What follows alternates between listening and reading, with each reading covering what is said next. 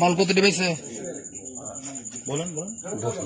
হ্যাঁ 10,000 পরিষ্কার করে কই না মানে বুঝি। ব্যবসা কতদিন যাবত? এই ব্যবসা কতদিন যাবত করেন? 2 মাস। এটা কি প্রথম চালান না আর এর আগেও? প্রথম চালান। মাল কোথেকে আসে? ঢাকা থেকে কে দেয়? দিলওয়ার বাড়ি কোথায়? হ্যাঁ গাজীপুর চৌরাস্তা। শ্বশুর আপনার কয়জন? আপনি একাই? আপনি কোথায় কোথায় সাপ্লাই দেন? বড়চনা কার কাছে দেন?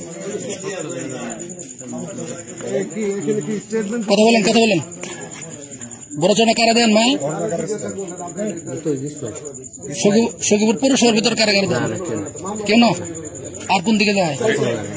আপনার কাছে এক কথা শেষ, 10,000 পিছিয়ে আপনার পাইছে কালকে দিন। হ্যাঁ ঠিক আছে।